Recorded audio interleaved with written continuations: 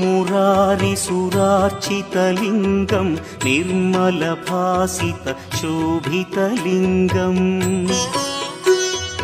जन्मज दुःखविनाशकलिङ्गं तत्प्रणमामि सदा शिवलिङ्गम् देवमुनिप्रवरार्चितलिङ्गं कामदहन करुणाकरलिङ्गम्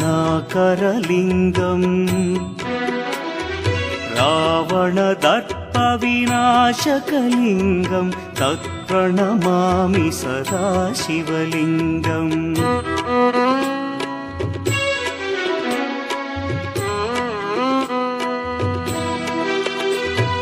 सर्वसुगन्धसुलेपितलिङ्गं बुद्धिविवर्धनकारण